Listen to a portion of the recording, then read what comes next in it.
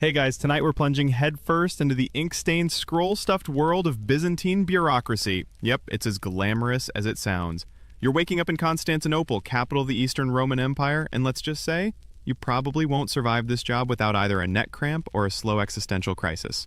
Picture it. A hazy early morning, smog from olive oil lamps lingering in the air, the muffled clang of church bells echoing through steep alleyways.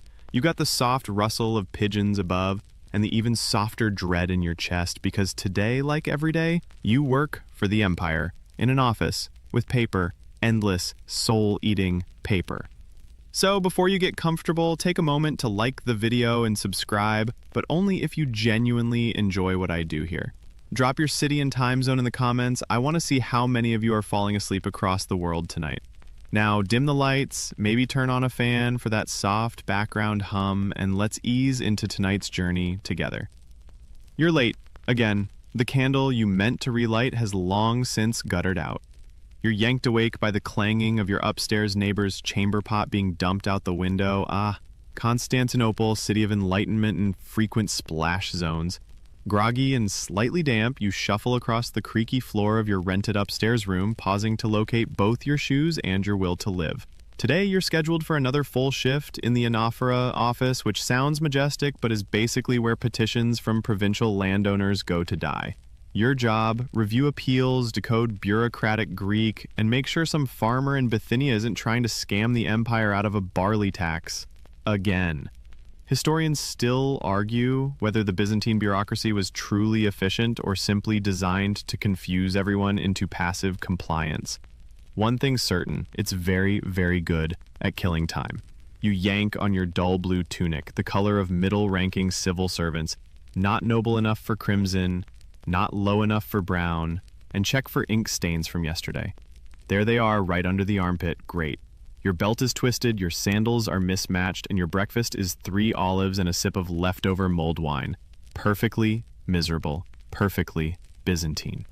The walk to work is a slow one, winding through side alleys where stray cats eye you with more authority than your supervisor. You pass a small shrine to St. Basil with a half-burnt candle and an offering of dried figs. You pop one in your mouth, whisper an apology, and keep going.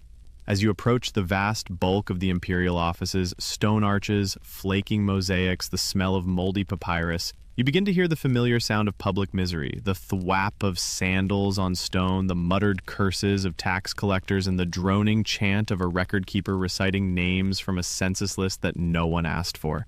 It's going to be a long day. You squeeze past a priest arguing with the merchant over fish tariffs and duck into the shadowy hall of the civil archives. Your desk is there, right where you left it, piled high with scrolls, sealed reports, and a half-eaten honey cake that's definitely not yours, but is also definitely going to be yours now. The first scroll on your desk is marked urgent in bright red wax, which you know from experience means absolutely nothing. You crack the seal and begin reading. It's an appeal from a minor noble claiming exemption from grain taxes because his family once lent a donkey to Emperor Theophilos. Sure. You mark it pending and move on. The air inside the office is humid, with body heat and stale ink. A scribe nearby dips his pen into a pot of indigo dye and splatters it onto his robes with a very audible sigh. The intern 2 desks over has already dozed off, his face smushed against the page of fiscal exemptions. Someone, somewhere, is singing. Badly. You peek over the partition to see a low-level accounts officer humming a psalm and stamping documents with the speed of a tortoise on sedatives. You consider hurling a papyrus roll at him, but then you remember the time he cried over a broken stylus and decide against it. The day has officially begun, and you are officially trapped. Your boss, Domesticos Leon, appears around mid-morning. He's a squat, humorless man, with a mustache like a broom and the social charm of a damp rag. He grunts something that might be morning, then dumps a new stack of scrolls on your desk with the casual malice of someone who knows your back already hurts. Need these sorted by sundown, he mutters, and don't forget the provincial border update forms. Armenia's changed again. Armenia always changes. One scroll is so old the papyrus crumbles under your fingers. You gently try to read the text. something about a land boundary dispute near Nicomedia, adjudicated by someone named Giannis the Slightly Reliable. Sounds promising. You note that the boundary was marked by an olive tree of great dignity, which you file mentally under absurd but adorable. A fringe tidbit floats to mind. Did you know that imperial scribes sometimes sharpen their pens with their teeth? You test the theory. Oof, nope, bad idea. At around noon, a courier bursts in carrying a dispatch from Thessalonica, flailing dramatically like he's being chased by a horde of Huns. He's not, he's just really sweaty. Important message, he pants, before collapsing theatrically. No one looks up. You fish the scroll from his limp fingers. It's a requisition for 47 bolts of imperial purple linen, possibly for a wedding, or possibly because someone in the palace spilled wine. Either way, not your department. You redirect it with a doodle of a disapproving owl and move on. Your stomach grumbles. The honey cake stares at you. So far today, you've read 12 land disputes, approved 5 grain shipment forms, and silently judged the handwriting of every monk east of the Bosphorus. The sun outside is high. You still have 6 hours to go. And someone just knocked over the inkwell. The inkwell explodes like a squid in panic. Thick black puddles soak the edge of your parchment stack, and you lunge forward with a squeak that's deeply undignified for a man wearing a toga. You snatch up the nearest scroll, only to smear a perfect fingerprint right across the official seal of the Office of Inland Revenues. Awesome. That one's definitely going to come back and haunt you during audit season. As you mop up the disaster with a rag that probably hasn't been washed since iconoclasm ended, you realize you're still wearing only one sandal. The other must have fallen off somewhere between home and the office, which is both classic you and classic Byzantium. Never fully put together, but somehow still functioning. Your clothing situation isn't helping. The official civil service tunic itches like you're being slowly exercised, and the belt rope keeps slipping. At this point, you've tied it in 5 different knots, one of which may actually be a minor heresy. You cinch it tight again and mutter your daily prayer to Saint Menace, patron of lost objects and hopefully dignity. Historians still argue whether Byzantine officials had a strict daily dress code or if the empire just slowly settled into a uniform of functional frump. What's clear is this: nobody looks good in empire blue, especially when it's wrinkled and dotted with ink spots shaped suspiciously like Constantinople. The sandals? Technically government issued, which means they're both uncomfortable and wildly inconsistent in quality. One is sturdy leather with a brass clasp.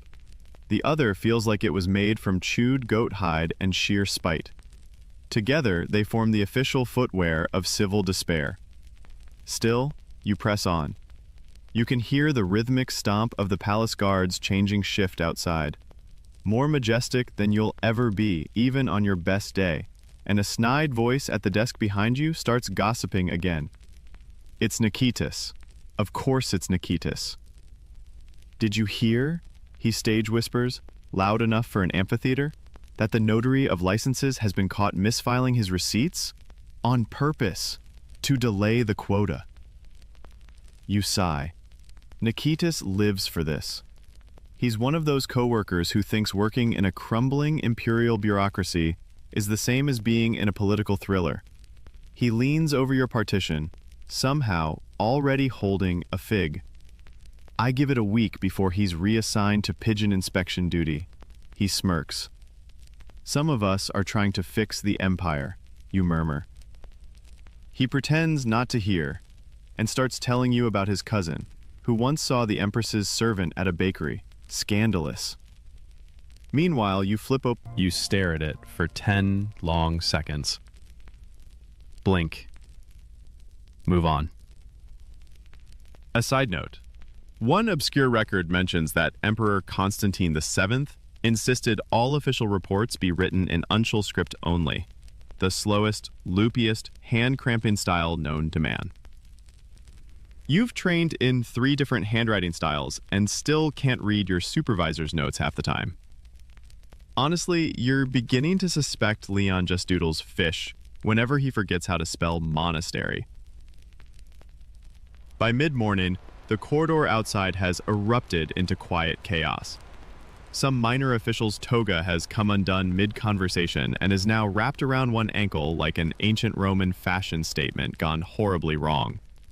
A young scribe is running in slow, silent panic, holding a flaming taper and a fresh writ, and someone's dropped a pile of papyrus sheets down the central stairwell. They flutter slowly, like bureaucratic snowflakes. You sneak away to the clerk's lounge.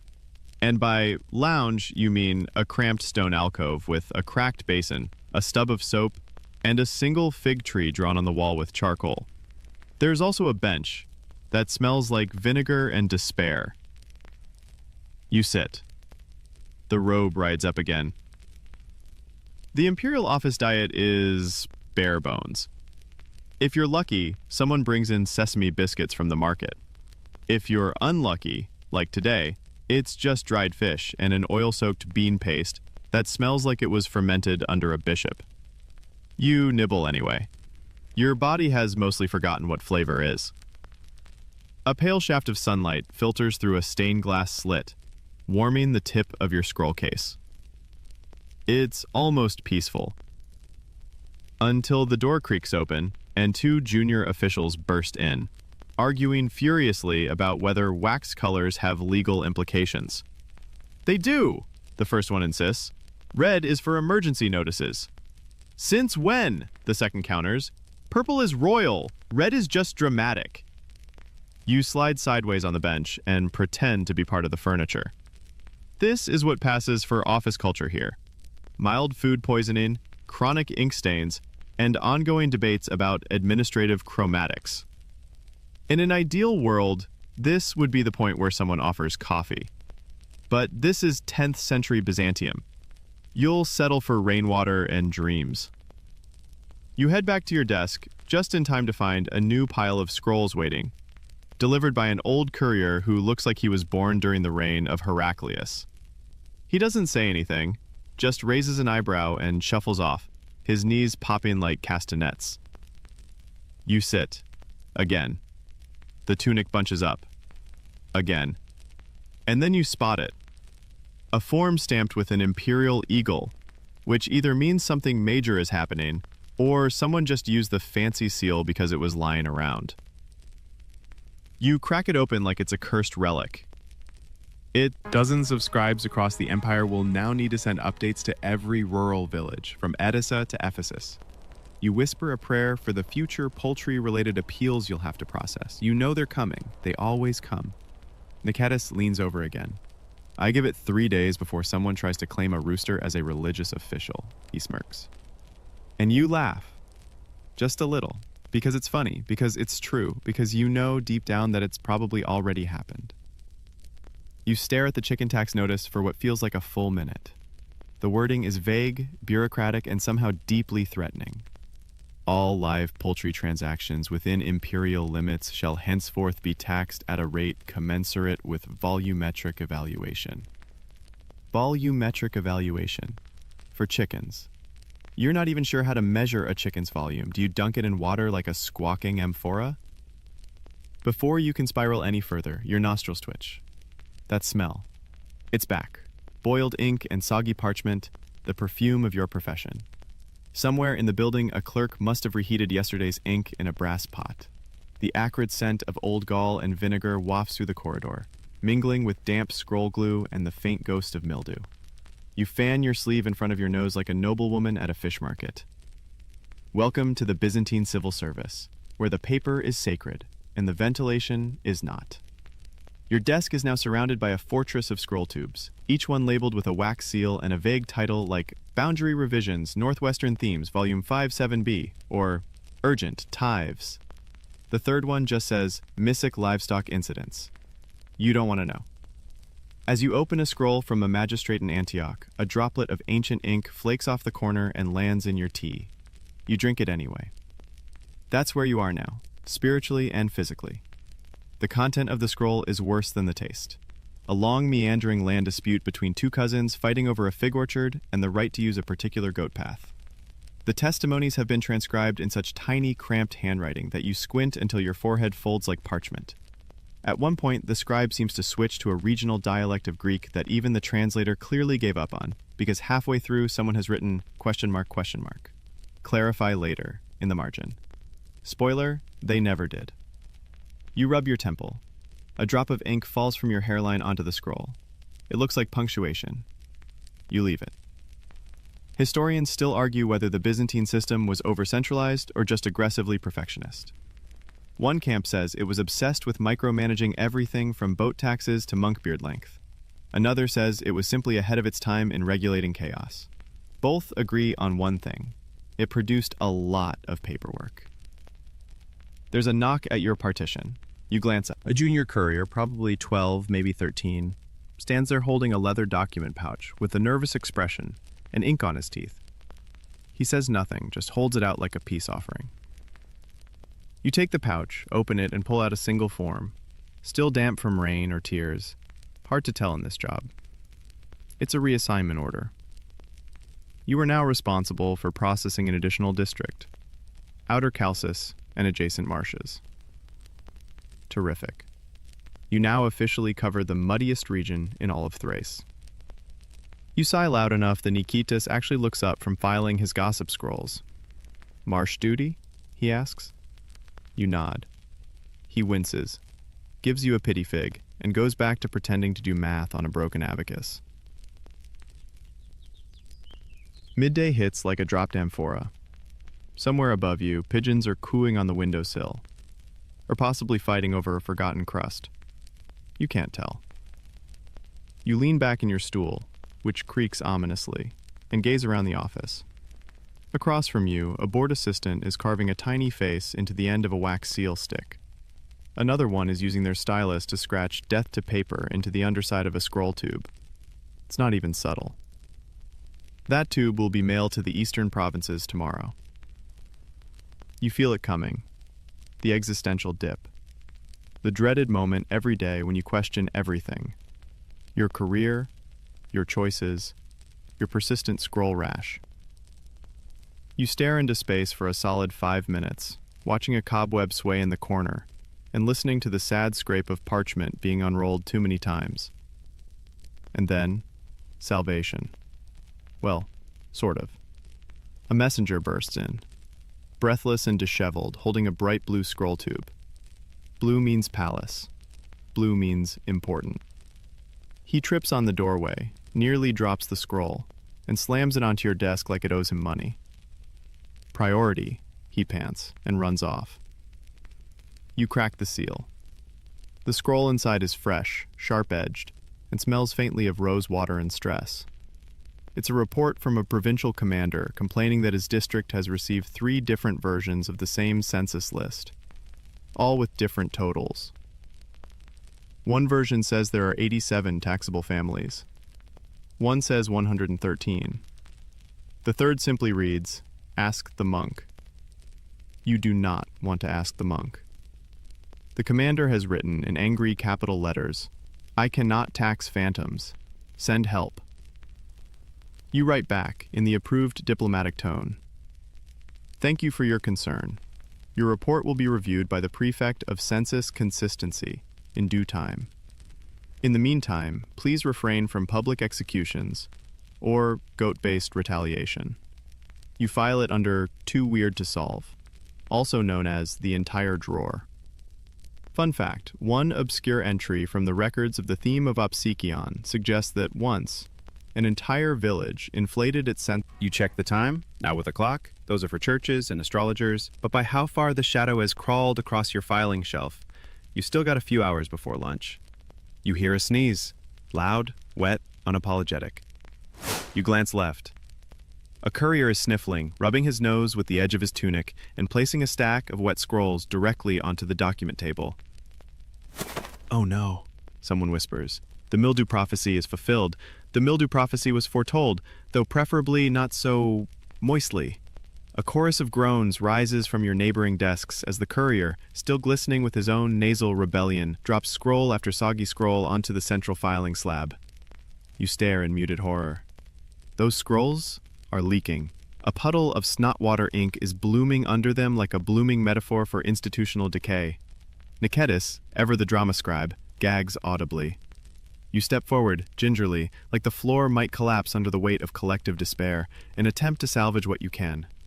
Of the 6 scrolls, 2 are already beyond recovery, warped, illegible, and permanently fused at one end. The others are salvageable, if you consider blotchy text and biological contamination salvageable. You wrap them in cloth, scribble, retranscribe urgent-ish on a tag, and slap it in the out tray. Let some junior clerk deal with the sneeze scrolls. You've already mentally quit this job 4 times today. Then you hear it. Low, conspiratorial whispering. You glance up. There they are, your fellow bureaucrats, not working, again. Huddled behind the marble column by the filing desk, whispering in that particular tone that only civil servants and fishmongers seem to master, half gossip, half political speculation, with just enough malice to keep it interesting. It's Gaios, the paranoid file clerk, and Eudokia, mistress of the Misplaced Petition Recovery Division, which is a fancy title for a department that mostly sits on documents until they become irrelevant. She sent him a fig, Eudokia is hissing, eyes wide. Not just a fig, a sugared fig, Gaios replies gravely. Oh, you hear someone else murmur. That means something. You roll your eyes so hard they practically scroll themselves. It's true, though. This place runs on gossip more than grain. Every small act, every fig, every glance, every skipped line in a form is fuel for an endless machine of office intrigue. The imperial administration may have conquered provinces, repelled invasions, and preserved Roman law for centuries, but it absolutely cannot handle someone switching desks without triggering a 6-person whisper circle and a forged personnel memo. You try to tune them out and return to your next scroll. It's been sealed 3 times and countersigned by a bishop, a mid-level accountant, and, confusingly, a tavern owner. Inside, it outlines a formal complaint about tax discrepancies in the fish markets of Chrysopolis. Someone is accusing someone else of counting the same fish twice. You sigh. Not again. Historians still argue whether Byzantine civil offices were hotbeds of corruption, or simply systems so tangled that mistakes became indistinguishable from fraud. Some think minor bribery was practically encouraged, streamlining the empire, one discrete envelope at a time. You wouldn't know. You haven't even been offered a bribe today. The most scandalous thing that's landed on your desk is a tax form with a doodle of St. George fighting what appears to be a bureaucratic hydra. Speaking of mythical beasts, a commotion erupts at the back of the office. A door slams. Sandals slap furiously against the floor. Then, wheezing. You peer over the divider. A breathless clerk from the subdivision of distant property disputes bursts in, red in the face and waving a rolled parchment like a sword. Who reassigned the Rhodope files to the Armeniacon office? A deadly silence follows. Then, Eudokia shrugs, completely unfazed. Not me. Niketis leans back in his seat with a grin. Must have been the fig. The new guy, Fails maybe, collapses into a chair, huffing like a winded donkey, and drops the parchment onto your desk. This belongs to your department now, he wheezes. You blink. I'm not in the Armeniacon division. You are now, he says. And just like that, you've been laterally promoted by sheer force of confusion. Welcome to the Byzantine way. A fringe tidbit for you. There's actually a surviving letter from the 10th century in which a clerk wrote, "I have no idea who I work for anymore, but I am still being paid, so I will not complain." Legend. You examine the new Rhodope file. It's another border dispute. Shocking, truly, with 2 families claiming the same grazing hill. But one family claims their oxen recognize the land as ancestral. What does that even mean? Did the oxen say something? You jot a note in the margin. Request oxen testimony. Clarify if possible. Somewhere, someone coughs directly onto a tax ledger. It's about this time you start noticing the small details around your workspace. The ancient cobweb high in the corner that somehow survived 3 reigns of emperors. The half-burnt candle stub from last week's blackout. The tiny notch carved into your desk, where someone, long ago, must have sharpened their stylus out of boredom. You run your fingers over it and feel strangely connected to your forgotten predecessor. You hope they escaped. A commotion outside the window breaks your trance. You glance out and catch the tail end of a shouting match between a monk and a grain inspector. From what you can tell, they're arguing about whether blessed grain is exempt from taxation. The monk is shaking a loaf of bread like a weapon. You return to title after title. Land use claims, inheritance filings, imperial pigeon releases. That one's real. You lose yourself in the rhythm, scratch, dip, seal, roll. Like waves on the Bosphorus, it goes on and on. Then, someone drops a scroll onto your lap with a smirk and says, "Enjoy." You unroll it. It's a marriage contract between a minor noble and someone whose name has clearly been redacted with thick ink, replaced with the phrase, "politically sensitive." Oh boy. You stare at the marriage contract like it's going to burst in the flames and save you from reading it. The ink's still damp from being redacted by someone who clearly didn't know how to blot properly. There's smudged text everywhere, like a jellyfish tried to sign it. The bride's name has been blacked out, but whoever did the editing left enough visible letters to guess it's probably someone from that family. You know the one. The one that got into that awkward theological slap fight with the patriarch's nephew last month. Byzantine high society at its finest. Nikitas peeks over the edge of your scroll and whispers, "Bet you 5 numismata the groom's mother demanded a dowry exemption." "She always does," you mutter. You scan the rest of the contract. It's a standard template, estates listed, livestock enumerated, a suspiciously optimistic fertility clause. Then, toward the bottom, you spot the kicker. Subject to exemption from the recent imperial poultry tax. Ah, there it is. Turns out the chicken tax has already wormed its way into marriage law. You scribble a polite rejection. No one is exempt unless they personally married a member of the Imperial Livestock Review Board, and even then it's debatable, and send the scroll down the chute. Another day, another couple bound together in financial spite. But no time to dwell. The clock, read the sun crawling across the moldy window arch, is ticking toward midday. And here it comes, the lunch bell. It's not an actual bell, of course. It's the sound of Theophanes the janitor dragging his creaky broom across the floor. That's the sign. That's when everyone casually stands up and tries to pretend they weren't counting the minutes. You stretch your back. Bad idea. It pops like an ancient hinge. Still, you're free. Well, temporarily free.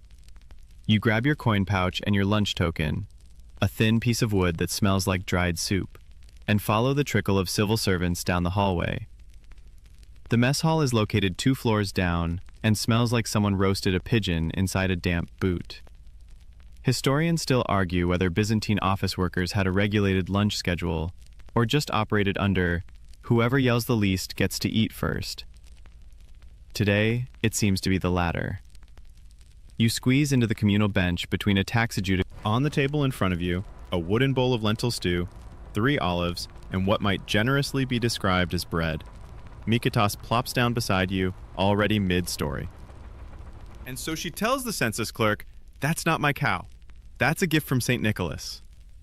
He laughs. No one else does. You chew in silence, staring into your lentils like they might give you guidance.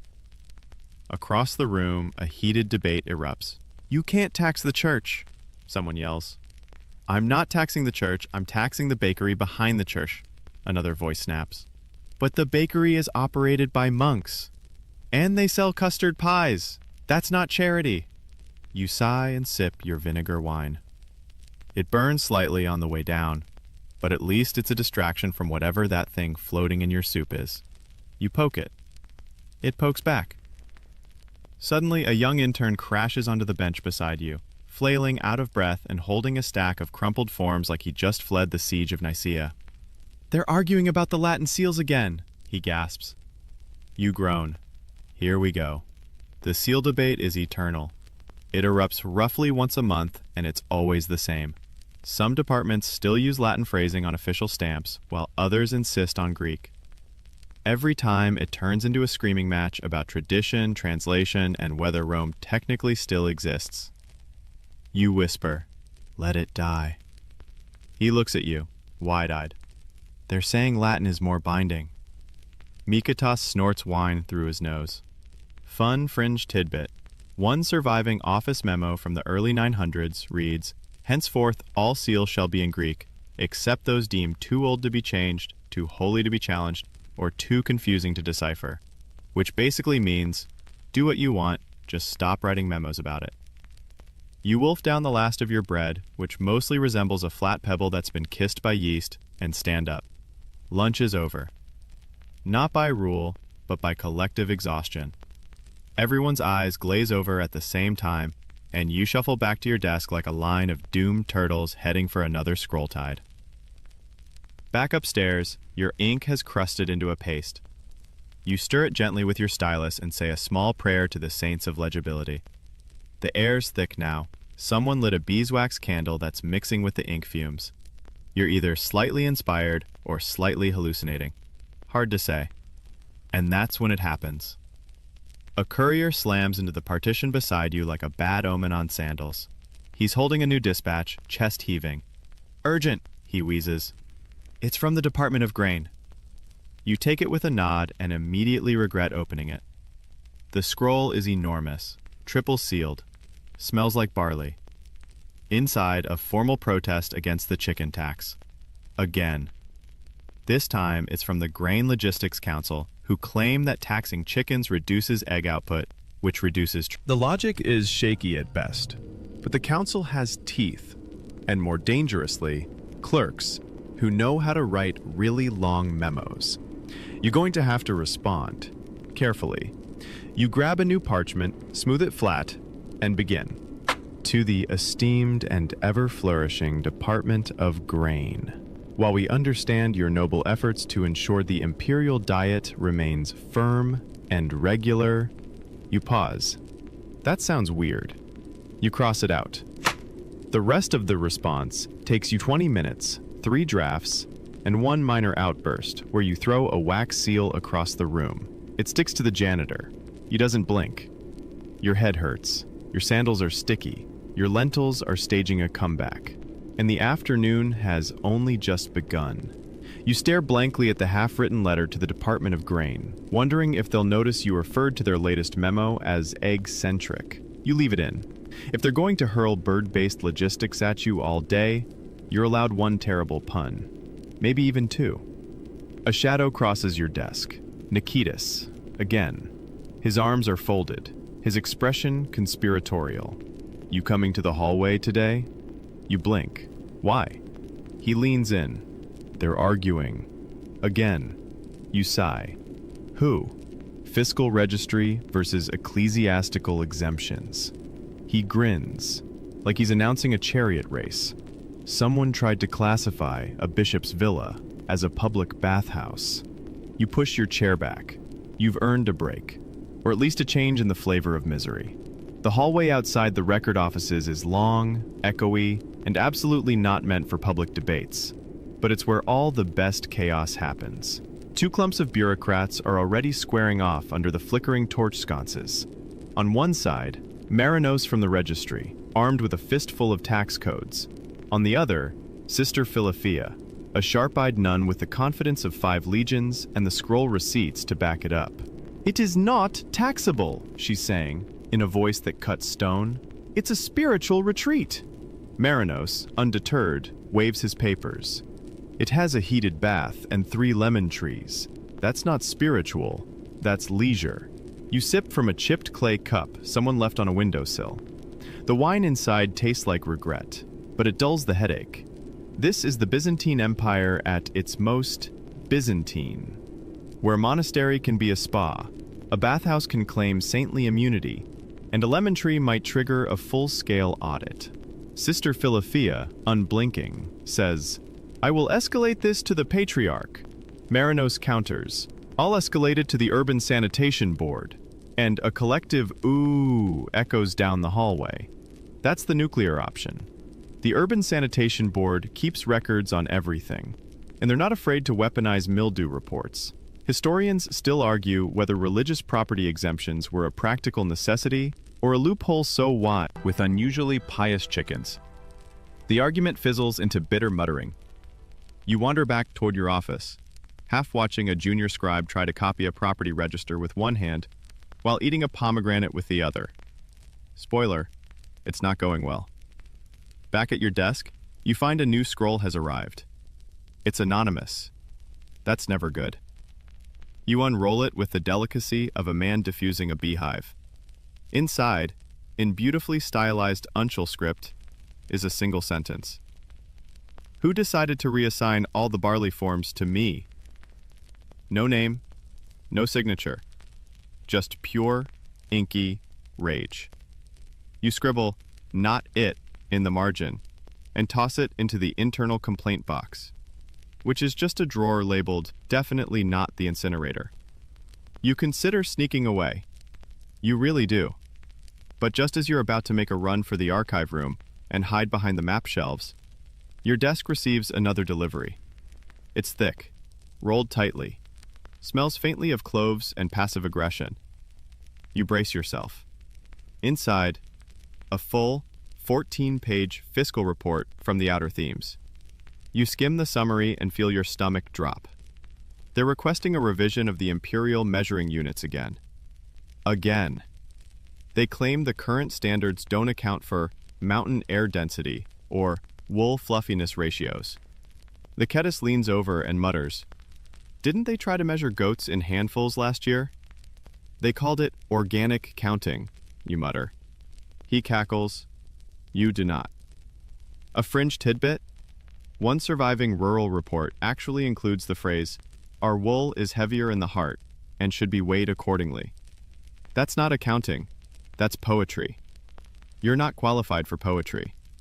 You barely survived last month's bean weight in moist climates scandal. You reach for your wax seals only to find that your blue one, the special one used for minor but urgent decisions, is missing. You turn around. It's on Niketis's desk. He shrugs. "I was using it for decoration." You don't have the energy to be mad.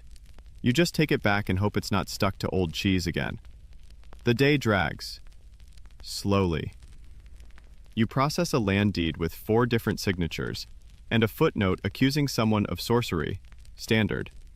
Then flip through a death registry that someone doodled a pelican onto. You transcribe 3 tax entries and a formal complaint about a windy outhouse. You are drowning in minutia. Then you hear it. Faintly. Marching. You freeze. Because marching means inspection. The Ministry of Record Keeping sometimes sends supervisors. No warning, no schedule, just the sound of sandals slapping in perfect rhythm down the hall. You sit up straight. You hide the bread crust in your drawer. You arrange your scrolls into the illusion of order. The door creaks. His eyebrow twitches, just once. You hold your breath. He nods. And they leave. The air deflates like a week-old wineskin. Niketis slides back down in his chair like a melting candle. Someone across the room actually applauds. You reward yourself with the last raisin from your lunch pouch. This is survival. This is triumph. This is whatever the opposite of glory is, but with snacks. The sun shifts. The air thickens. You settle back into your chair as the weight of the afternoon falls on your shoulders like an overfed cat. Still 3 hours to go? Still 5 scrolls on your desk? Still a faint smell of cloves and mildew in the air? Welcome to the Empire. Your chair creaks as you lean back, not because it's old, though it is ancient enough to have its own lineage, but because every part of this building, including the furniture, seems determined to remind you that comfort is not part of the imperial budget. You rub the spot on your back where the splintered wood has fused with your soul, and then glance at the next scroll. Of course, it's the poultry tax again. This one's from a merchant near the Golden Gate, claiming he shouldn't have to pay it because his chickens are artistic and used in performative storytelling. He's attached a testimonial from a local actor, 2 rough sketches of chickens in what appears to be togas, and, somehow, a receipt for a sold-out puppet show. You sigh, deeply. And here's the thing. Byzantine law is just vague enough that this might count. Performance animals have exemptions in some provinces. Chickens dressed as saints? There's precedent. Somewhere. Probably in a footnote written by a monk who'd had one too many cups of raisin wine. Historians still argue whether Byzantine tax law was intentionally obtuse or simply evolved into an overcomplicated beast over centuries of edits, exceptions, and panic rewrites. One theory suggests that ambiguity was a feature, not a bug, so local officials could interpret it based on context, which basically means however we're feeling that day. You flag the scroll as pending clarification, and add a side note, please provide chicken performance schedule. You also draw a tiny mask next to the seal, just to make someone down the line smile, or scream. As you roll it up, you glance around the office and realize something odd. It's quiet. Too quiet. No scribes arguing about ink purity. No Nicetus narrating the lives of provincial tax officials like a gossip bard. No sudden scroll-related injuries. Just the scratching of styluses and the occasional distant cough that might be coming from a pigeon. The lull is suspicious. You know this silence. It's the hush before either catastrophe or cake. You stand. And then you hear it. A rustle, a whisper, and a thud from the archive room. You shuffle down the corridor, past 2 unmanned desks and a candle that's melted into the shape of the Virgin Mary, unintentional but now considered a miracle, and push. The archive room is a crypt of scrolls. Towers of parchment reach toward the ceiling like papery stalagmites. The air smells like dust, ambition, and last year's audit. Somewhere beneath the layers, you hear soft muttering. You inch forward. There he is, Megas, the oldest scribe in the office, crouched in a sea of scrolls, surrounded by ledgers he's probably been organizing since Emperor Leo VI was still teething. His beard is in 2 braids. His ink-stained fingers tremble as he holds up a scroll that looks very old. He squints at you. This one's cursed. You blink. Pardon? He lifts it.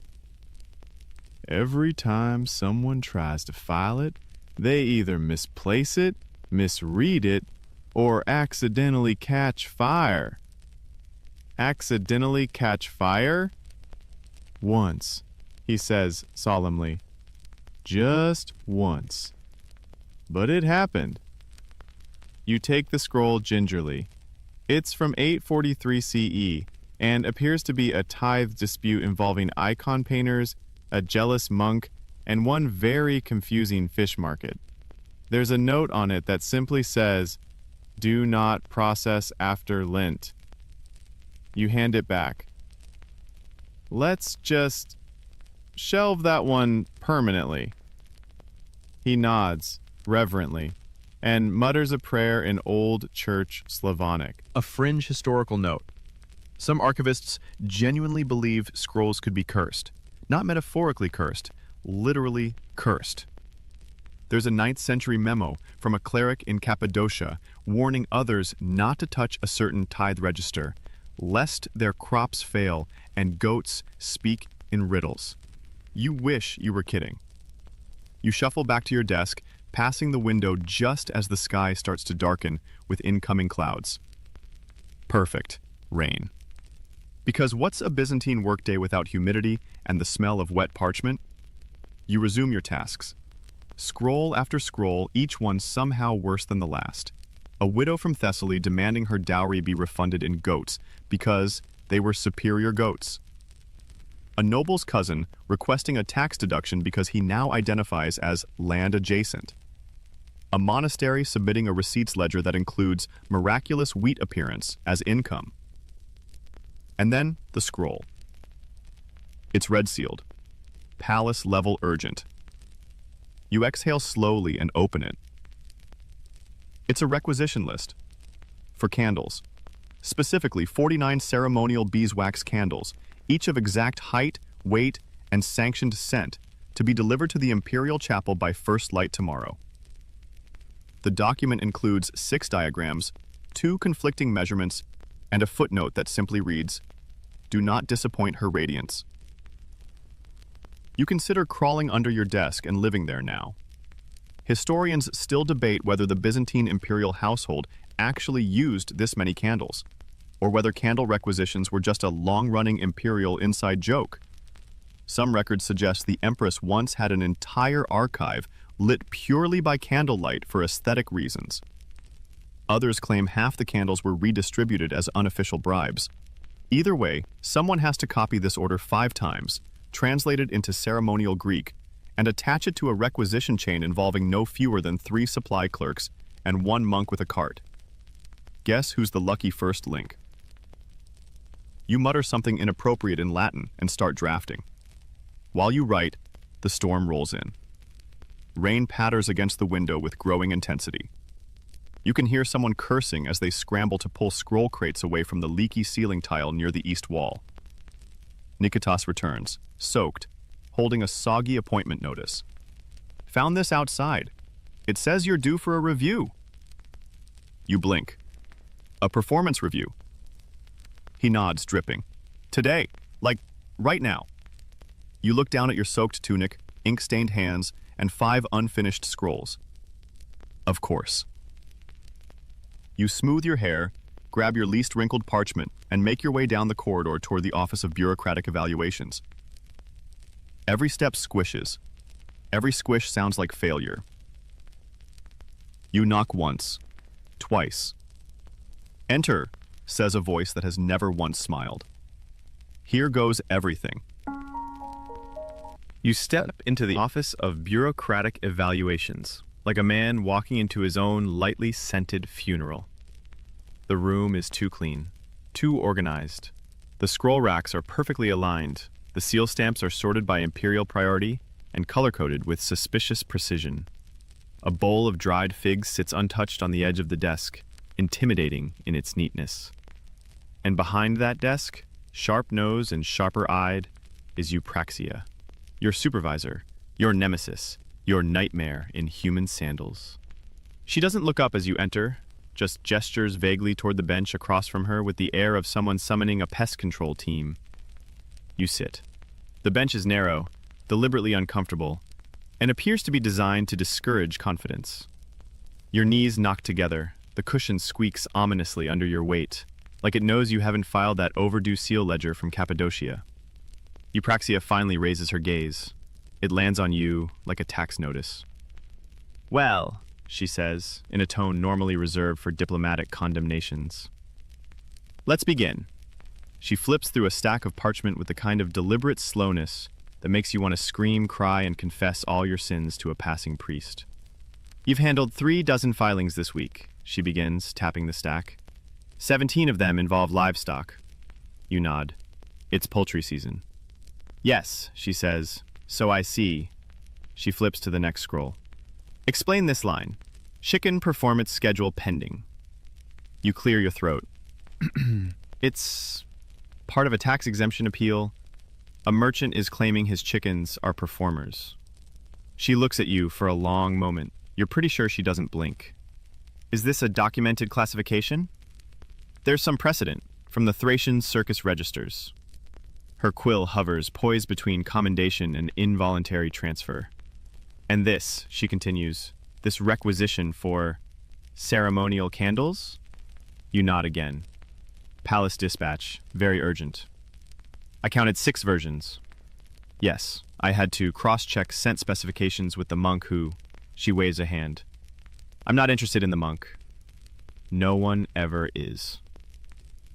Eupraxia leans forward. "Do you like this job?" Your mouth opens, closes, reopens. I endure this job. For a moment, just one brief, flickering second, you think you see something almost human behind her expression, a glimmer of recognition, of understanding. Then it's gone. Your writing is legible, your seals are mostly aligned, your ink usage has stabilized. That's adequate.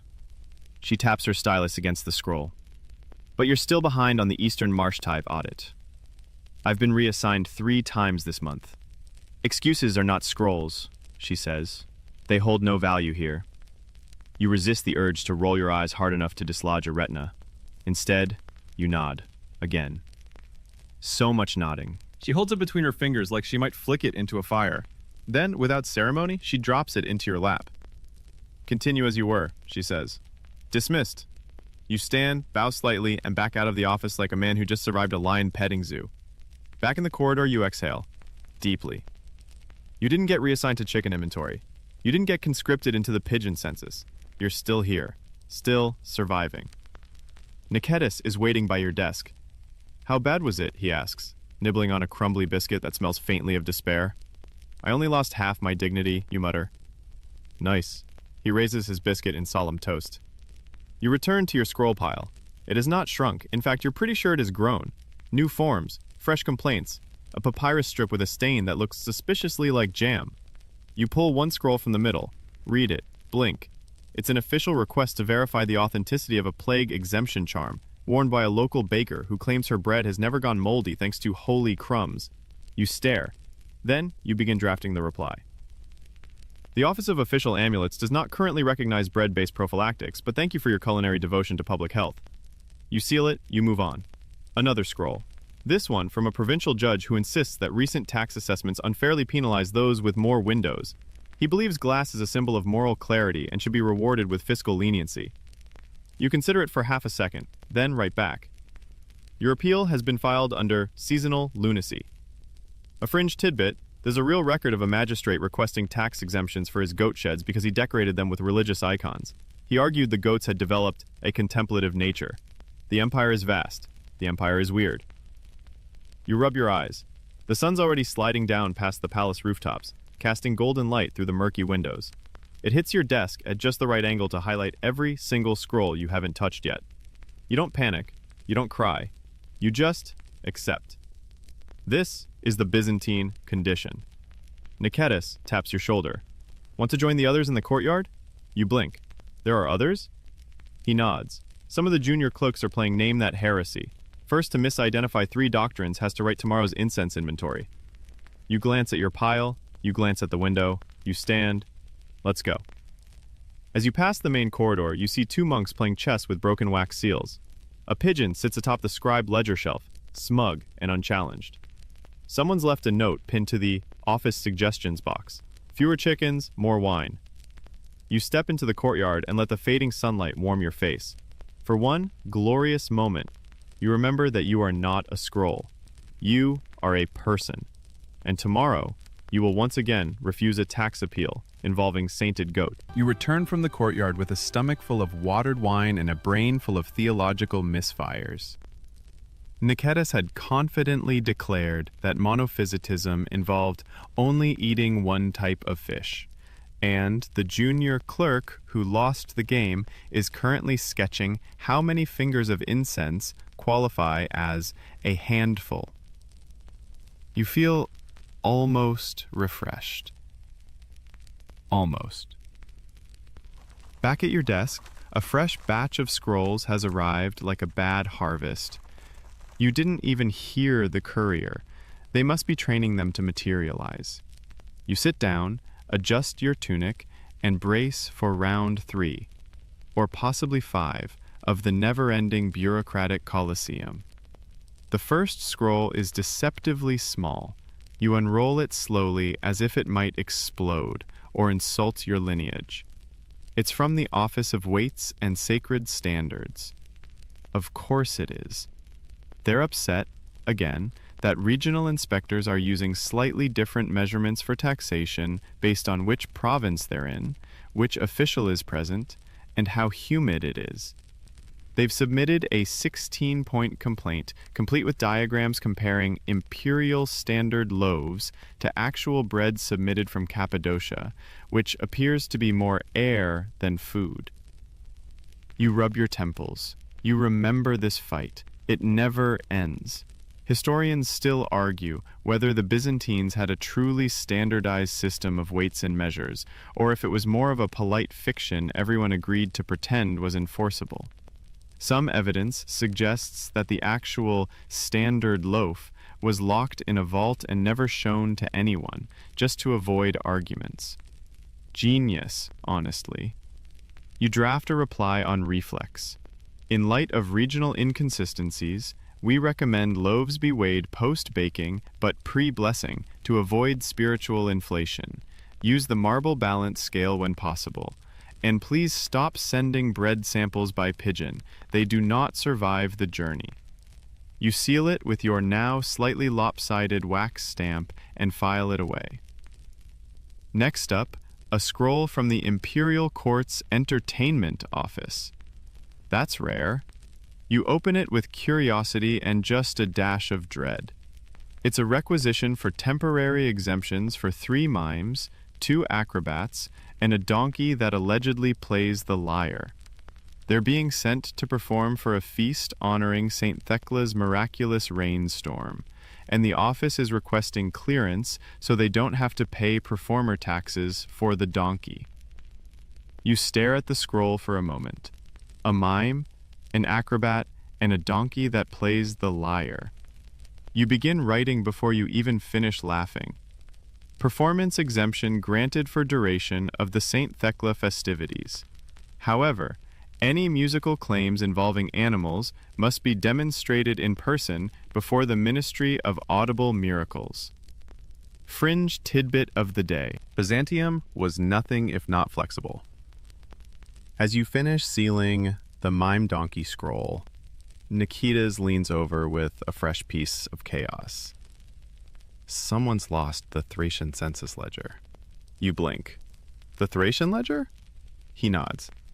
The one with the annotations. And the doodle of the duck. You stand up like a man preparing for battle. That ledger has gone missing before. Twice, actually, and both times ended in disaster. One time, someone tried to forge a backup from memory and accidentally doubled the population of a fishing village. The other time, the ledger showed up 3 weeks later, wedged inside a broken archangel statue.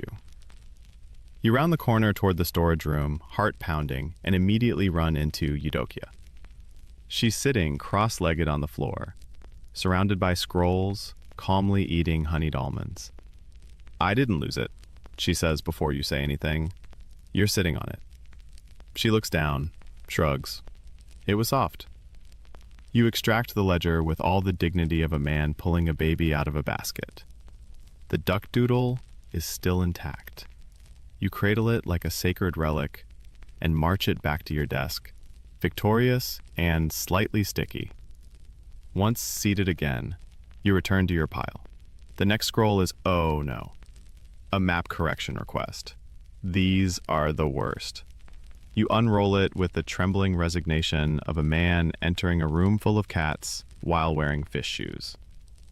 Inside, a request from a minor official in the theme of Hellas claiming that the imperial map incorrectly places the village of Lathros 10 feet too far south, which he argues causes confusion during tithe season and makes him look cartographically incompetent.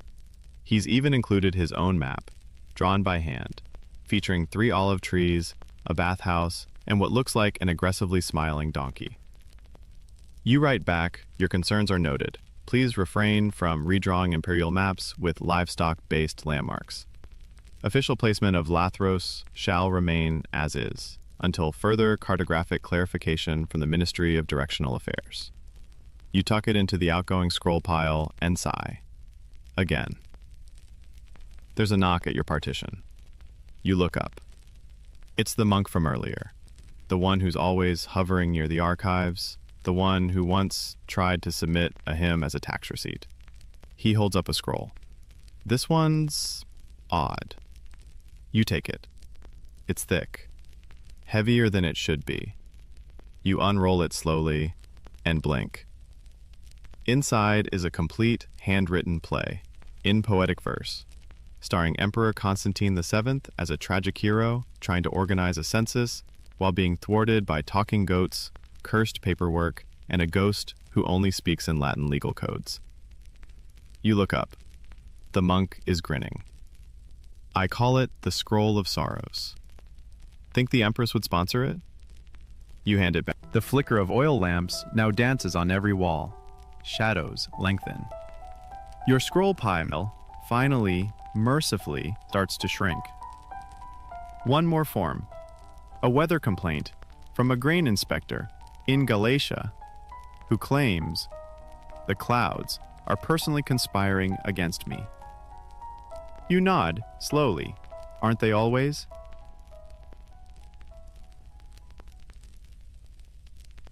The lamp oil sputters as you tilt the clay vessel, trying to coax one last flicker from the flame.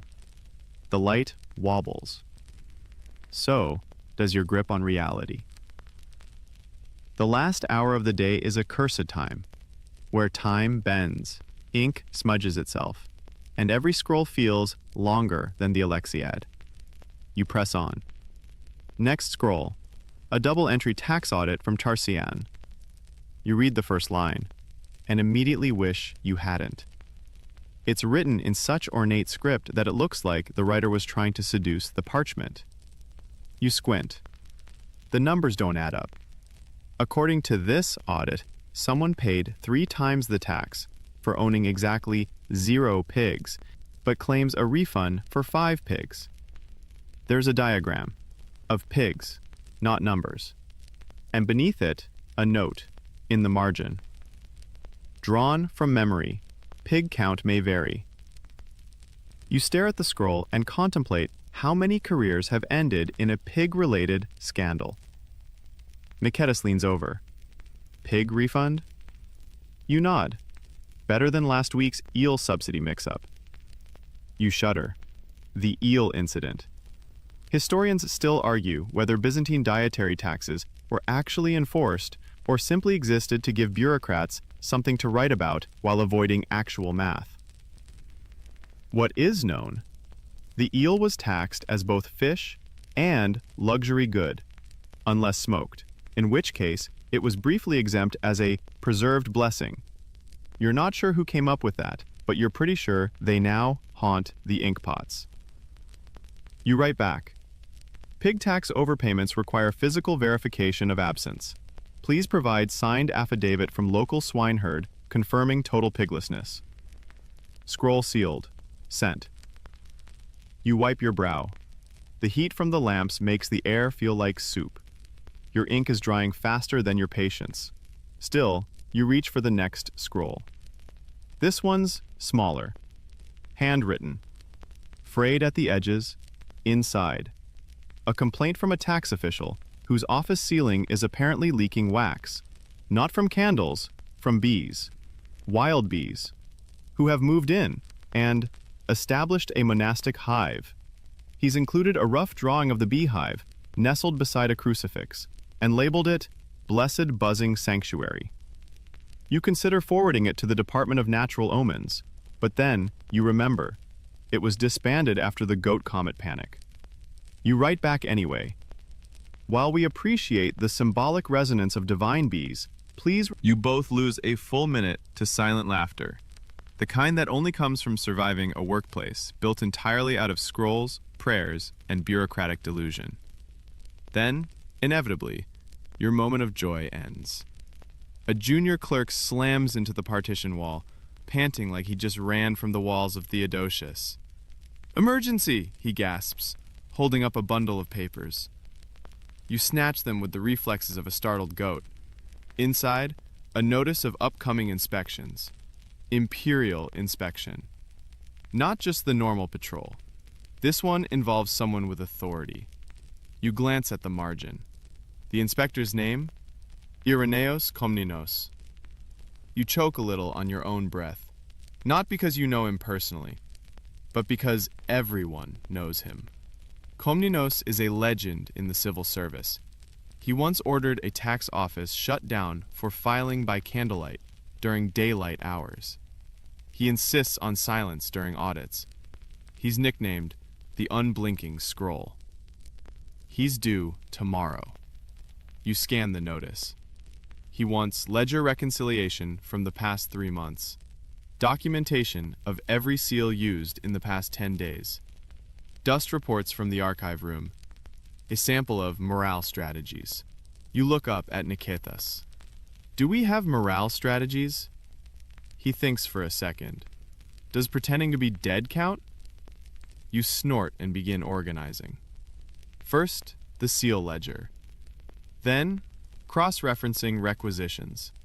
The last 3 months are a swamp of overlapping formats, half-completed notes, and one unsigned scroll that just says help in 3 languages. But you keep going. This is the sacred dance of the civil servant, sifting through chaos, aligning columns, decoding panic handwriting, and praying to Saint Methodios, patron of efficient filing. Fringe tidbit: there actually was a minor saint adopted in the 11th century, known for his unusually clean record keeping. His only miracle? A 5-year ledger with no duplicate entries. You consider lighting a candle for him. Your hand cramps. You massage your wrist. You keep going. Next scroll, a complaint about a blessed fountain that's been classified as a taxable water source. The villagers are furious. They claim the fountain healed a dog once, and therefore shouldn't be taxed. You scribble. While canine-based miracles are noted, water remains taxable if it flows through official channels. Suggest reclassification to inspirational trickle. Niketas tosses you a date. Dry, shriveled, and suspiciously sticky. You eat it anyway. It's better than parchment. Another scroll. This one's just confusing. It's a poem, a complaint written as a poem. From someone in the fish inspection office, lamenting how no one respects his tax assessments because he smells distinctly. You sit in the glow of your flickering lamp, surrounded by sealed dispatches, errant scribbles, and the lingering scent of ink and dried fruit. Niketas yawns behind you. Think he'll shut us down? Who, Comnenus? You say. Nah, he'll just yell about the bees. He grins. Let's hide the mime donkey scroll. Agreed. Outside, thunder rumbles. Rain begins to fall again, tapping the glass like a nervous inspector.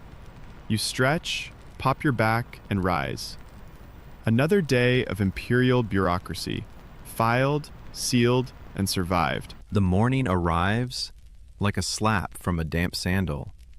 You're barely awake, standing in your usual tunic that smells faintly of candle wax and stale ink, staring at the office door with the same enthusiasm a condemned man has for his final meal of lentils.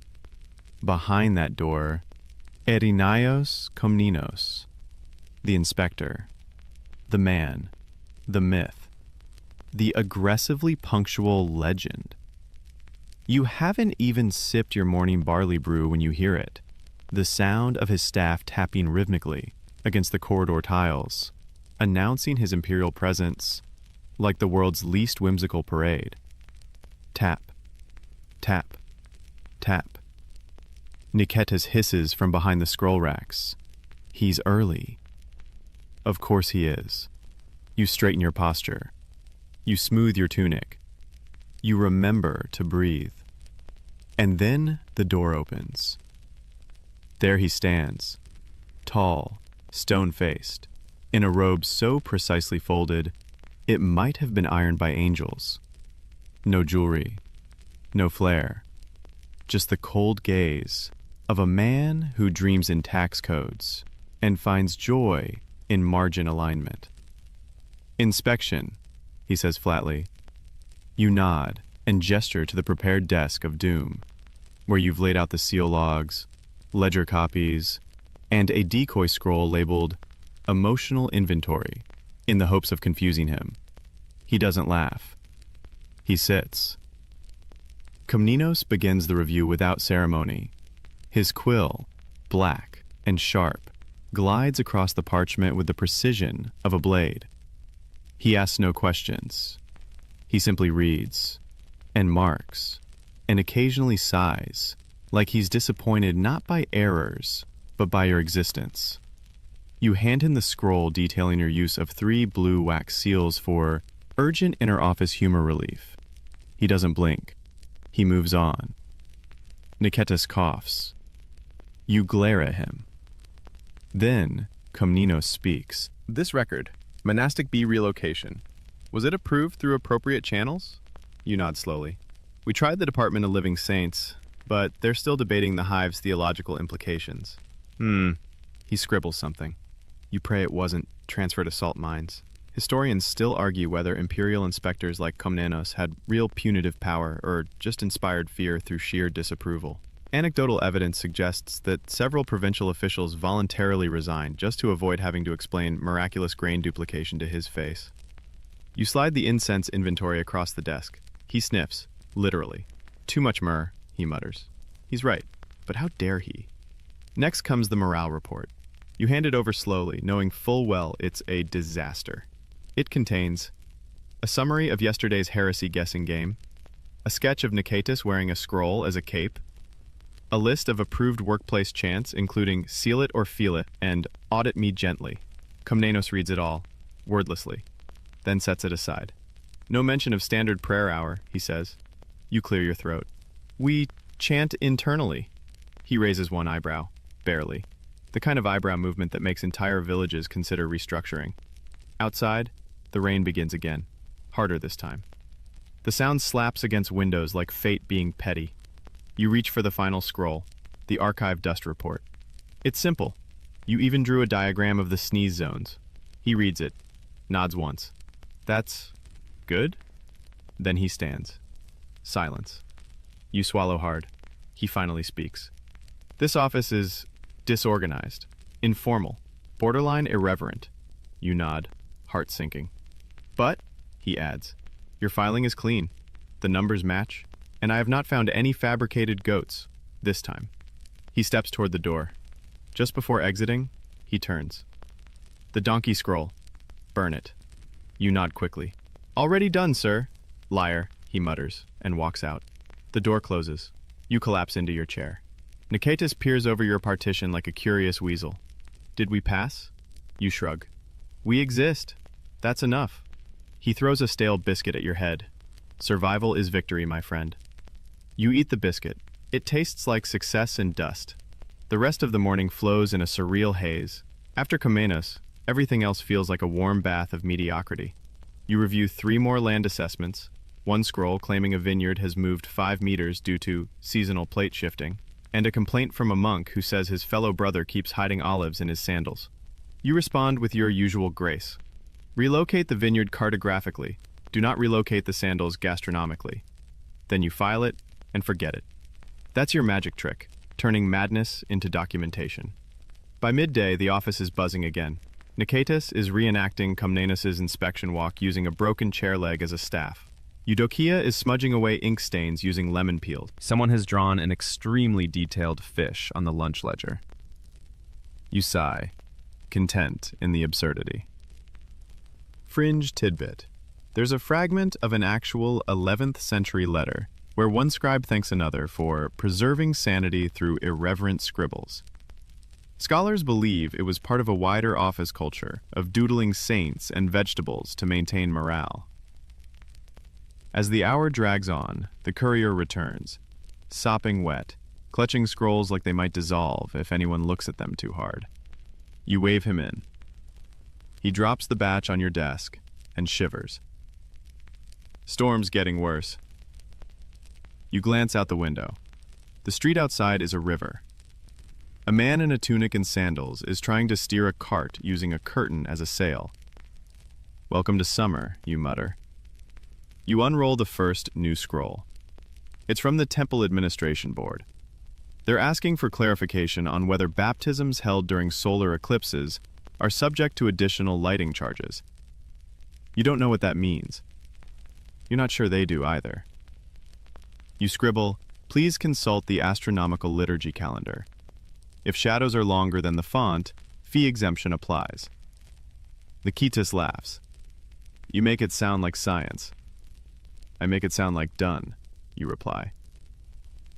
The last scroll of the hour is from a vineyard near the Bosphorus. They claim a local saint appeared in a wine barrel and demanded that their tax be redirected toward better hymn acoustics. You stare at it for a long time, then reply, while divine messages are taken seriously, all wine-based revelations must be verified sober. We suggest a 3-day audit of barrel content and chorus quality. And just like that, it's mid-afternoon again. The lamps are dimming, the scrolls are piling, but you survived Komnenos. You survived morning. And as Nikitas hums the seal it or feel it chant under his breath, you realize you're not even dreading tomorrow. Not yet. The rain continues, thick and steady, as if Olympus itself left the tap running. You lean back in your creaky chair, staring at a ceiling that drips with imperial indifference. Somewhere in the rafters, a pigeon coughs. You're fairly certain that shouldn't be possible, but you're too tired to fight the laws of nature, or the tax code. The latest scroll lands on your desk with a moist plop.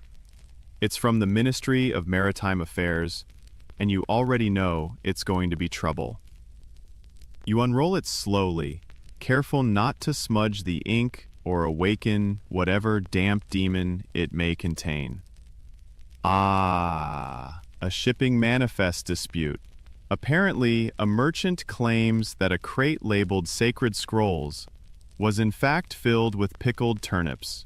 He demands a religious tax exemption for the cargo, arguing the turnips were dedicated to the Virgin before fermentation. You pause, reread. Yes, that's what it says. This isn't even the weird part. Attached is a short note from the dock inspector. They were excellent turnips, very spiritual in taste. You write back, while we appreciate the holiness of well-preserved root vegetables, sacred classification requires ecclesiastical oversight and a minimum of 1 hymn. Please consult your local bishop before tax exemption. Nikitas wanders by, wet from head to toe, holding a scroll above his head like an umbrella. Another miracle vegetable? Pickled turnips this time, he nods solemnly. Still better than the prophet onion incident. You both fall silent, remembering the time someone claimed their onion wept when taxes were raised. Historians still argue whether these bizarre claims were genuine expressions of belief or clever bureaucratic theater. Fringe scholars even suggest the Byzantines viewed bureaucracy itself as a kind of sacred ritual, with scrolls acting as relics and signatures functioning like prayers. You can believe it. Some days, it really does feel like you're just praying in paperwork. Another scroll, this one from the Imperial Grain Commission. The grain office is always dramatic. Their complaint? Pigeons are stealing their samples. Not some pigeons, organized pigeons. Possibly trained. Possibly sponsored by rival grain cooperatives.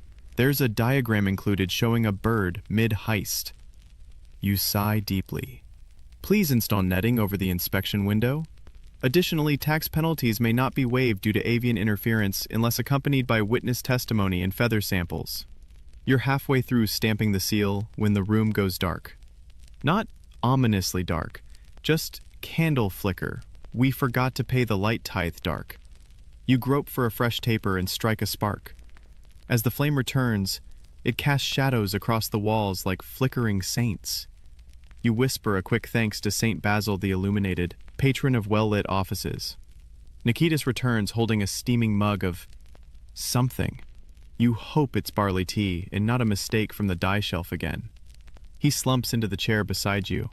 You ever wonder what would have happened if we joined the army instead? You snort. We'd be dead. Or worse, logistics officers. He raises his mug in salute. Another scroll lands in your in tray, delivered by Eudokia, who seems mildly amused. This one's for you, she says, sliding it over. You break the seal. It's personal. A request from your cousin, the one who lives in a tiny coastal village and once tried to sell blessed fish scales to a passing bishop. He wants your help getting his sea cave exempt from property tax. Yes, his sea cave. Apparently, he's turned it into a monastic reflection chamber, complete with borrowed icons, one leaky lantern, and a mildly confused hermit. You stare at the scroll for a long time, then reply, "While sea caves may promote spiritual clarity, tax exemptions require permanent roofing, legal entry paths, and at least 3 unrelated witnesses who have not been bribed with salted mackerel." You add a doodle of a fish shrine in the corner. It's childish, but it helps. Nikitas chuckles. They always try the sea cave angle. It's the humidity. Makes people bold. Suddenly the door bursts open and a drenched clerk stumbles in. "Emergency filing," he gasps, holding up a crimson-sealed scroll. You snatch it, read, blink. It's from the Empress's steward.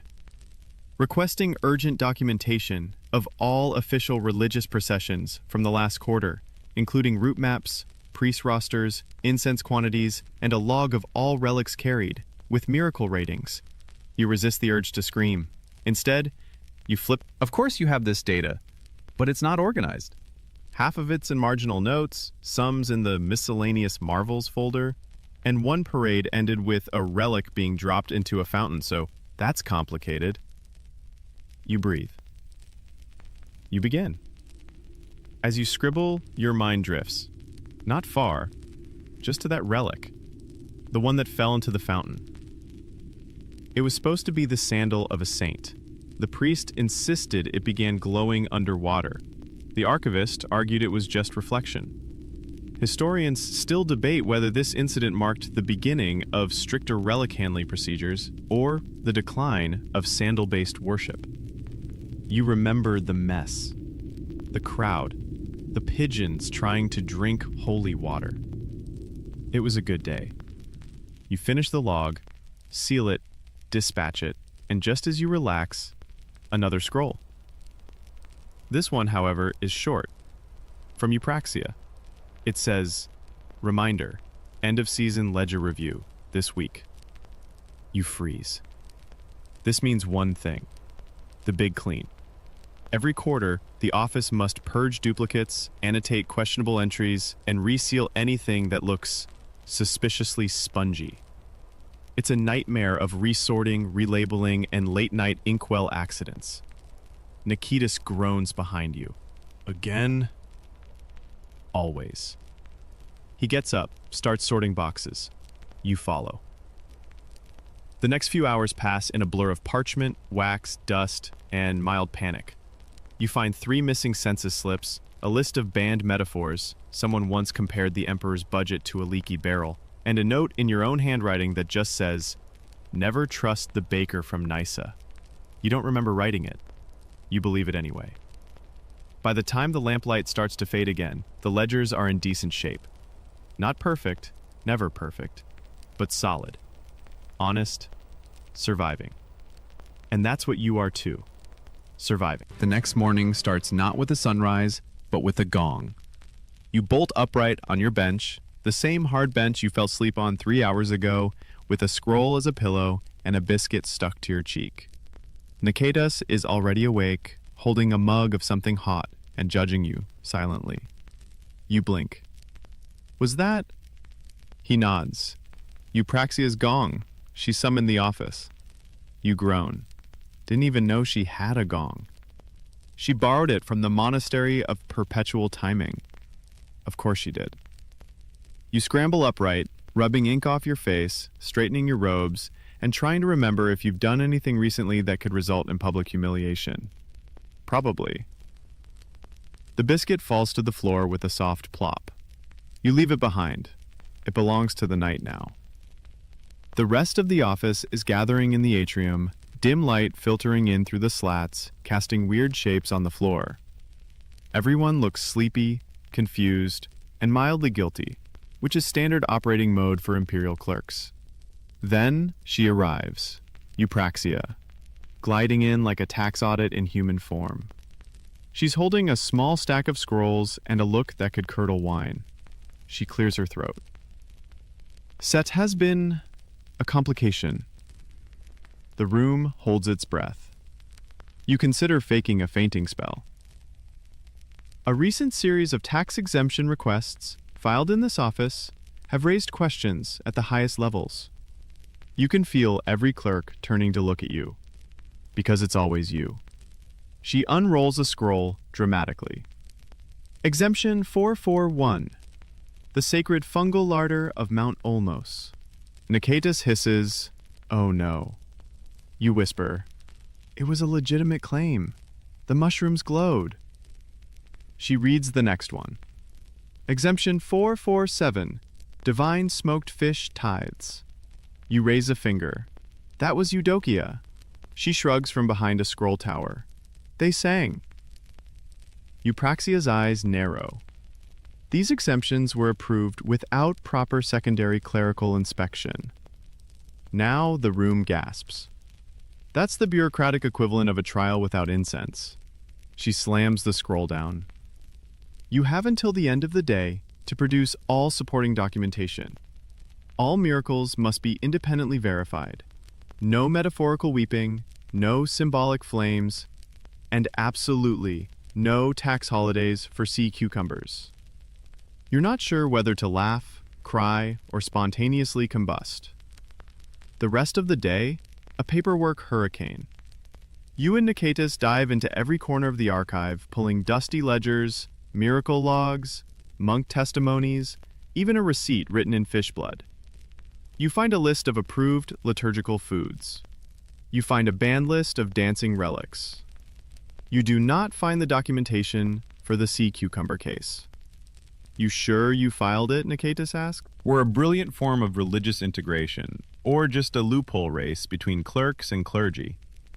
Some scholars believe entire cults form solely to reduce property tax. One particularly desperate monastery once declared its outhouse holy because it purged more than just the body.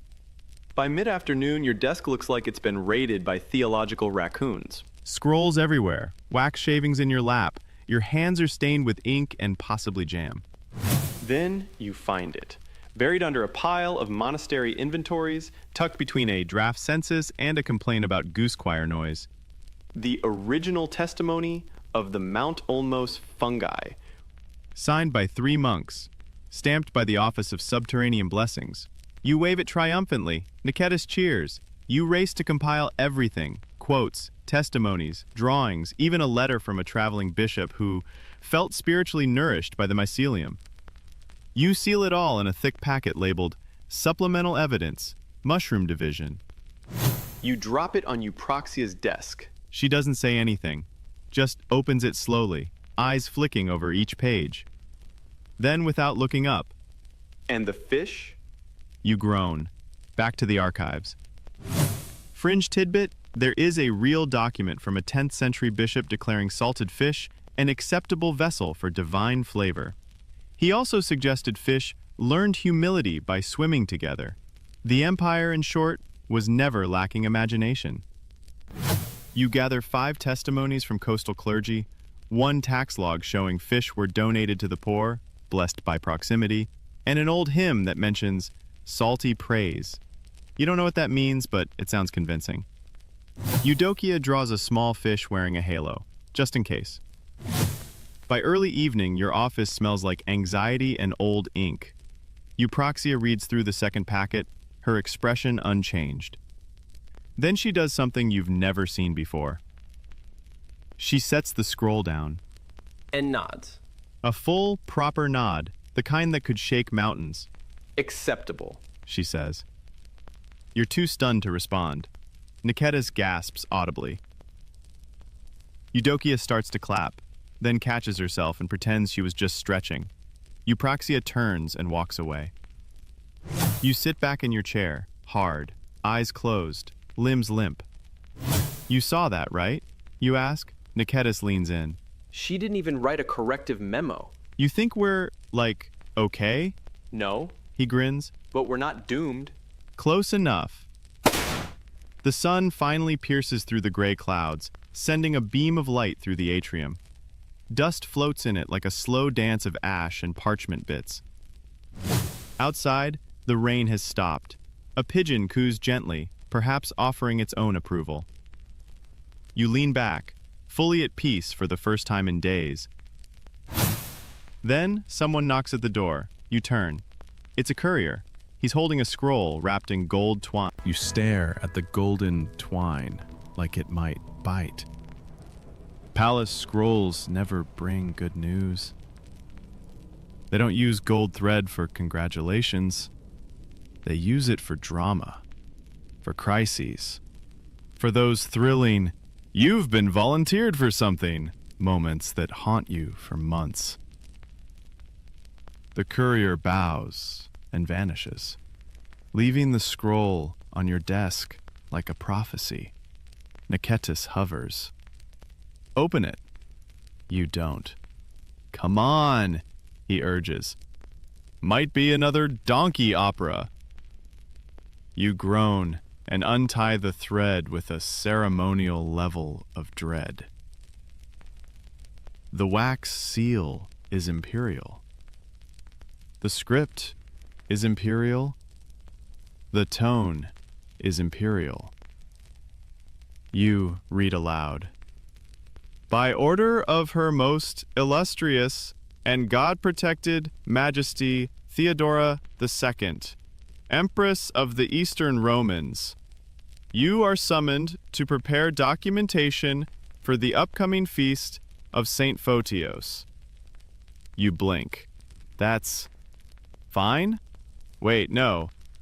Said documentation must include a list of all active relics within the capital, complete with miracle history, a registry of all permitted hymns, and a proposal for a new ceremonial chant to be debuted before the imperial court.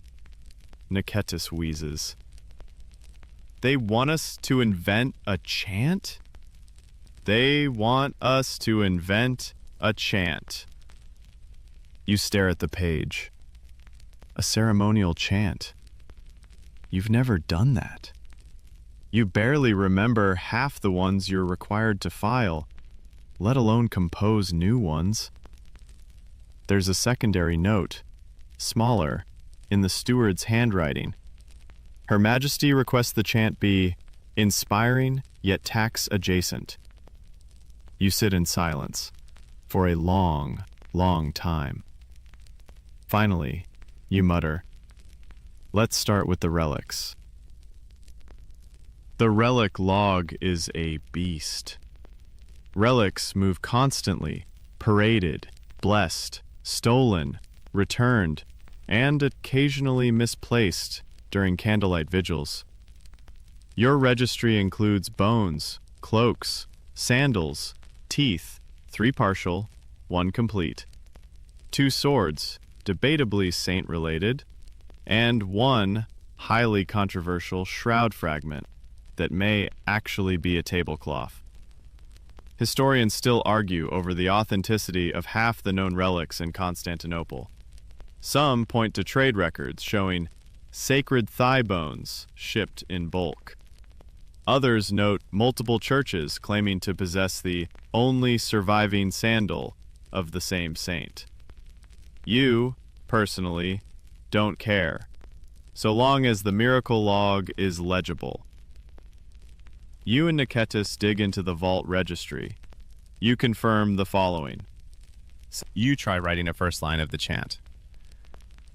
"O blessed ledger of the light," you stop. Nope. Second attempt. "Praise be the balance, the audit divine," Niketis snorts. Sounds like financial heresy. Third try. "O coin, most circular of graces," you crumple the parchment. You've got nothing. You dig through hymnals, you look for inspiration in the scrolls. Eudokia tries chanting a Gregorian-style melody using tax codes. Article 5, Section 9, "Praise be the grain" line. But that spirals into laughter. You decide to reset. Eat something. Breathe. Then it hits you. A memory from years ago. An old monk at a village shrine, chanting to the rhythm of footsteps. A hymn to Saint Basil the Scribe, patron of calculated mercy. It was simple, clean, soft repetition, gentle cadence. You grab fresh parchment. You write. We seal with care what time has spilled, the ink of Rome, the word fulfilled. We balance weight with hands and mind, for truth is tallied, line by line. Nicetas reads it, whistles. That's shockingly decent. You add a second verse. We count the coins, yet none are ours.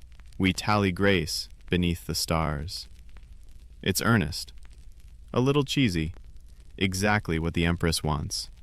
You stamp it, scroll it, And deliver it to the palace courier, who raises one eyebrow and whispers, You're brave.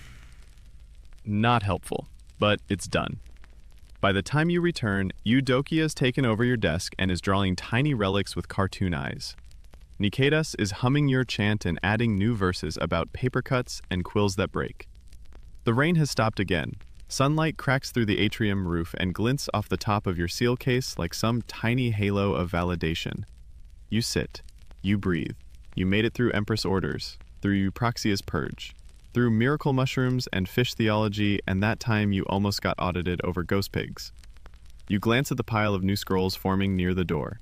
Still more to do. But you know what? For the first time in weeks, you're not afraid of the parchment. Your final hour of the day unfolds like molasses dripping from a cracked amphora, slow, sticky, and vaguely medicinal. The chant is finished, the relic list delivered. The Empress hasn't summoned you for public praise or punishment, which is, statistically speaking, your best-case scenario. You're ready to coast, to file a few simple scrolls, maybe doodle a saint with exaggerated eyebrows, and mentally prepare for your nightly collapse. Then Euproxia reappears. She stands by your desk, arms folded, scroll in hand, expression carved from Mount Purgatory itself. Ah, you say, what fresh opportunity for growth do you bring? She doesn't laugh. This, she says, placing the scroll before you, is the provincial songbird tax proposal. You blink. I'm sorry? The what now? She taps the scroll. Several governors are requesting clarification on whether regional birdsong constitutes ambient benefit, and thus requires an entertainment tithe. Nicetas peeks over the partition. Is this because of that Thracian magistrate and his peacock parade? Yes, Euproxia says, and the Cappadocian owl serenades. And of course, the Peloponnesian festival of nightingales, which ended in musical litigation. You sigh. This empire. This wonderful, lunatic empire. Historians still argue whether these bird-based taxes were actually enforced, or just invented as jurisdictional jokes that spiraled too far. What's certain is that by the late 11th century, at least one edict existed classifying the rooster as a communal auditory asset. You've seen it. You filed it. You open the scroll.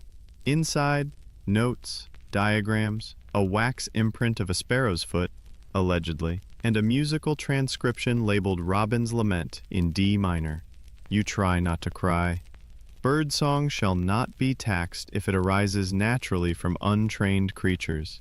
However, any orchestrated avian display, especially those accompanied by lyre, drum, or incense, shall be considered a taxable spectacle. You seal it with your least dramatic wax. Nicetas offers you a roasted fig. You accept. Then, mercifully, a moment of silence. The sun slants low. The office glows in a soft orange hue. For a few blissful minutes, no one moves. The courier naps near the scroll rack. Eudokia hums the ceremonial chant under her breath. You look over the day's work, a pile of sealed scrolls, each more absurd than the last. It's beautiful. It's Byzantine. You pour yourself a weak mug of wine from the communal jug under the stairs. The clay cup smells faintly of oregano and bureaucracy. Nicetas joins you. You ever think we're just inventing this stuff? Every day. And yet, he says, raising his cup, the empire still runs. The city exhales. Then someone screams. You both jolt upright. The scream is distant, muffled, coming from somewhere beyond the walls. Maybe a market, maybe a parade gone wrong, maybe a goat uprising. You wait. Silence again. You both sit. Nicetas shrugs. Could have been joy. You nod. Or taxation. Eudokia appears, holding the final scroll of the night. Just one more, she says. Then you're free. You accept it like it's an award, or a death sentence. Inside, a petition from a local orphanage requesting exemption from parchment fees because our children now sleep under scrolls. You read the testimonies, cramped, heartfelt. One kid included a tiny drawing of himself as a scroll knight. You smile. Approved. Imperial compassion extends beyond ledgers. Provide parchment freely until spring. Then reassess based on surplus stock and child poetry output. You draw a scroll knight of your own in the margin. Nicetas watches. You're getting soft. Just call it merciful formatting. He chuckles. You file it. And that's it. The last scroll of the day. You rise from your chair. Stretch. Groan. A quiet procession begins. Clerks tidying desks, stamping final seals, whispering last lines of prayers. The office hums like a warm lamp. You walk toward the door, footsteps light. Nicetas calls after you. Same time tomorrow? You nod. As always, he salutes with his quill. Seal it or feel it. You grin. The door creaks open. The hallway is dark, quiet, save for the faint echo of sandals on stone. Somewhere in the city, a bell tolls the hour. Another day is done. The empire still stands.